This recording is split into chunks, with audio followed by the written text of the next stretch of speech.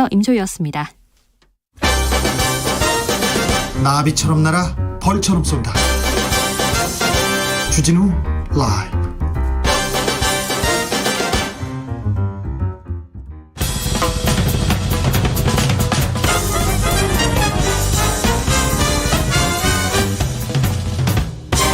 훅 인터뷰.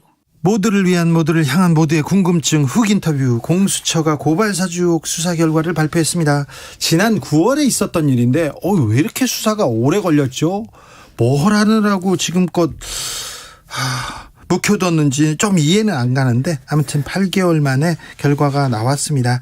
여러분은 공수처가 내놓은 결과 어떻게 보셨는지, 그 내용을 제보해서 이 문제를 빛을 보게 했던 조성은 올마이티 미디어 대표 모셨습니다. 안녕하세요. 안녕하세요. 조성은입니다. 네, 오랜만에 뵙습니다. 어떻게 지내세요? 요즘 매우 잘 바쁘게 지내고 있습니다. 매우 잘 바쁘게 어떤 일로요? 제 일도 있고, 네. 그 다음에 여러 가지 좀 이따 말씀드릴 수도 있겠지만 기획하는 일도 있어서 네. 그렇습니까? 네, 바쁘게 지내고 있습니다. 오늘 공수처가 고발사주 의혹에 대해서 결과를 발표했습니다. 네. 손준성 검사만, 대구고검 인권보호관만 불구속 재판 기소했고요. 그다음에 김웅 의원은 검찰로 다시 보냈어요. 그 당시 공무원이 아니었다는 이유로. 자, 어떻게 보셨어요? 네, 저도 오늘 결과를 많은 기자분들께서 보내주셔가지고 네. 봤습니다만, 많은 해석이 달릴 수 있는 처분이 아닐까라는 생각을 합니다. 먼저 그러나 그 기소한 내용들을 보면 애초부터 대외적으로는 고발사주 사건이다라고 이렇게 얘기가 나왔지만, 저는 이 사건을 애초부터 윤석열 대검찰청 수뇌부의 선거 개입 사건, 총선 개입 사건이라고 규정을 했기 때문에 네. 그 내용들이 그래도 담겨 있어서 저는 공수처가 그래도 어려운 수사를 잘 해줬지 않나라는 이런 높이 평가할 부분도 분명히 있다라는 생각을 했고요. 네. 그리고 우리 손준성, 예. 그리고 손준성 검사와 김웅 의원 외에 윤석열 등 주요 피의자들은 윤석열, 한동훈 법무장관 후보자는 무혐의입니다. 그런 피의자들은 또 자신의 모든 수단을 총동원해서 방어를 최선을 다했고, 저는 공익신고를 했던 사건이 실체 진실을 밝히기 위해서 저는 나름의 최선을 다했고, 다 나름 최선을 다했던 사건 같습니다. 제보자가 이런 관계가 있었어요 얘기하고 네. 검찰이나 공수처에서 밝히는 건데 네. 제보자가 그걸 밝히려고 고생을 했어요. 그렇더라고요. 그렇죠. 고생 많으셨습니다. 네, 최선을 다했습니다. 아무튼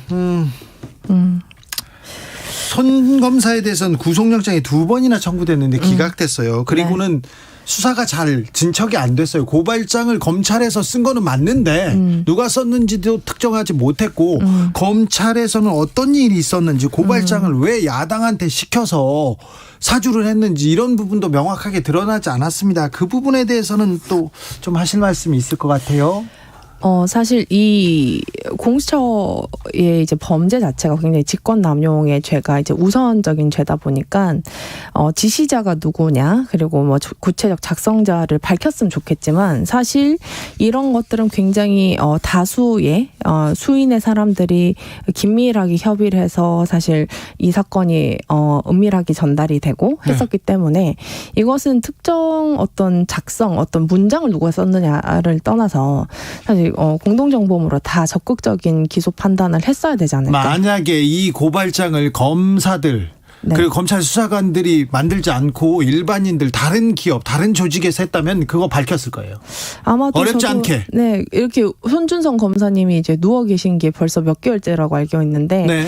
벌써 일반인이셨으면 일어섰지 않을까. 검찰 조사 안 받고 병원으로 가지 않습니까? 그럼 바로 잡혀갑니다. 긴급 체포돼가지고요. 끌려갑니다. 그러니까요. 그래서 그런 여러 가지 것들을 봤는데, 저는 어떻게 본다면 이런 처분들이 오늘의 무혐의 처분을 받았던 사람들이 과연 그들의 가볍게 자유를 줬던 건지, 아니면 이것이 족쇄가 될 건지는 앞으로 또 지켜볼 일이라고 생각합니다. 네. 그래요?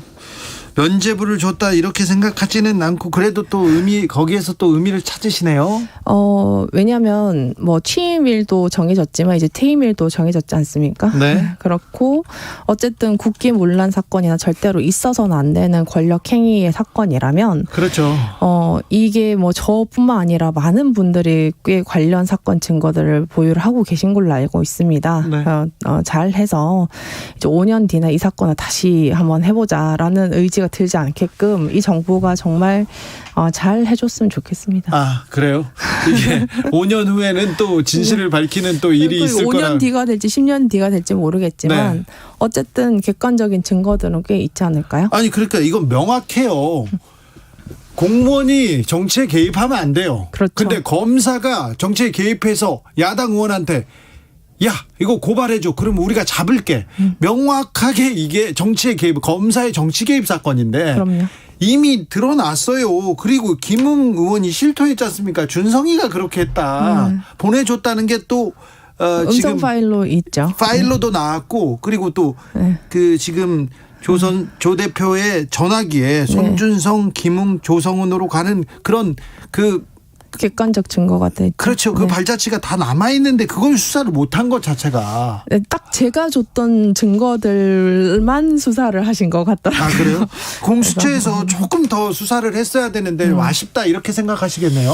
근데 이제 저도 어떻게 보면 신생 수사기관에서 또 이제 제가 일반 참고인 신분이 아니라 공익신고자라는 특수한 신분으로 이제 특히 일반인 대상 수사가 아닌 고위공직자를 수사하는 특히나 이제 검사들, 대검찰청 수뇌부 검사들을 수사하는 과정을 지켜보니 이게 고위공직자가 아이폰을 들면 무적이 되더라고요. 그런 부분들이나 증거인멸 또 고위공직자의 특수한 신분에 의한 어떤 증거 은폐라든지 이런 부분들은 사실 제도적으로 얼마든지 공수처가 수사를 더 잘할 수 있게 제도 보완이 좀 많이 필요한 것 같더라고요. 그렇습니다. 네. 피의자의 인권은 보호돼야 되는데 네. 이 검사들 그리고 수사 전문가들이 네. 그 수사 지식들 그 관련 지식을 가지고 또 빠져나가려고 하면 얼마든지 빠져나갈 수 있더라고요. 이번에 범죄자들이 많이 배웠지 않은가 네. 뭐 그런 생각도 합니다. 네.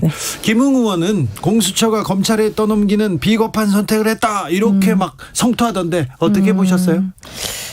저는 이제 피의자의 잘못된 확신에 의한 발언이 아닌가라는 생각을 하고 네. 이제 뭐 어떤 뭐 기사에 나왔듯이 뭐 공수처 검사들이 뭐 불기소 의견을 했다라는 얘기는 저는 전혀 반대로 알고 있습니다. 네. 그래서 이제 뭐 그거는 잘못된 확신 같고요. 네. 그리고 공소심의위원회는 이제 물론 어떤 의견을 심의위에서 결정을 하거나 의견을 전달할 수는 있지만 공수처는 그 의견에 절대 구속당하진 않습니다. 네. 그래서 이제 수사했던 당사자들이 기소가 필요하다고 하면 당연히 적극적인 기소를 해야 된다고 생각을 합니다. 이 고발 사주 사건 사실 손준성, 김웅, 조성은이 제일 잘 알지 않습니까? 특별히 조성은은 김웅과 얘기를 했고 문자도 했고 이 상황을 가장 잘 알고 이렇게 이 문제 제기를 한 거 아닙니까? 그렇죠. 김웅 의원의 태도는 어떻게 보세요? 제가 이제 특정인들의 태도나 어떤 행동들을 언급하기 시작하면 아니 그래도 가장 잘 아는 분이고 지금 이 고발 사주의 핵심 인물 아닙니까? 그냥 그 태도들이 국민들이 평가한다고 생각합니다. 그래요? 네. 제가 요걸 해서 뭐 하겠어요? 아니 개인적으로 아는 사람이 앞에서 눈앞에서 말을 계속 바꾸면 네. 좀 황당할 거 아닙니까? 그래도 저는 객관적인 음성을 다 모두가 이제 듣고 판단하시라고 공개를 했기 때문에 네. 인간적인 안타까움이 있습니다. 그래요? 네. 공수처 수사가 용두삼이다, 무리한 수사 방식이다. 국힘에서는 반발하고 있습니다. 네, 뭐 그것들은 피의자들의 반응 아닌가 이런 생각을 합니다. 네. 네.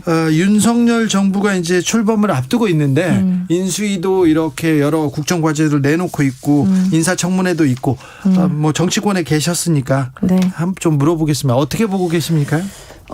저는 이런 지금 일련의 오늘의 뭐 무혐의 처분이라든지 관련 이제 뭐 수사, 특히나 이제 그분이 했던 직의 특수성 때문에 이런 그 죄를 피해가는 행동들이 누적이 될수록 결과적으로는 본인이 어떤 국정 철학을 갖고 계신지 전 잘 모르겠습니다만 그런 것들 모든 제약이 될 겁니다. 그래서 훨씬 겸손하고 겸허하게 권력에 임해 주셨으면 좋겠고요. 있고요. 그리고 사실 이제는 누가 봐도 가장 정치적인 검찰이었지 않습니까? 역대 가장 정치적인 검찰이 윤석열 검사였다를 반발하는 사람들은 없을 겁니다. 그렇지만 그 권력이 얼마나 부끄러운지를 스스로 반성도 하셔야 되고, 또 검찰 여러분들도 야 윤석열이 성공한 케이스다 이게 아니라 저렇게 권력이 보여지고 집행하게 되면은 결국은 그 존경받지 못하고 명예롭지 못하다라는 것도 좀 잘 판단해 주셨으면 좋겠습니다. 국민들 중에 모르는 분들이 있어서 그런데 왜 고발사주옥에 한동훈 법무부 장관 후보자 이름이 나오죠?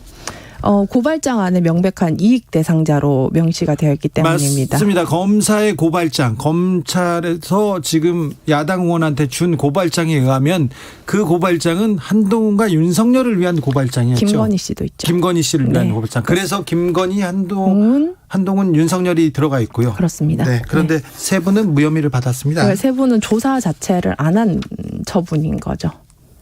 조사 자체가 조금 미흡한 것 같아요.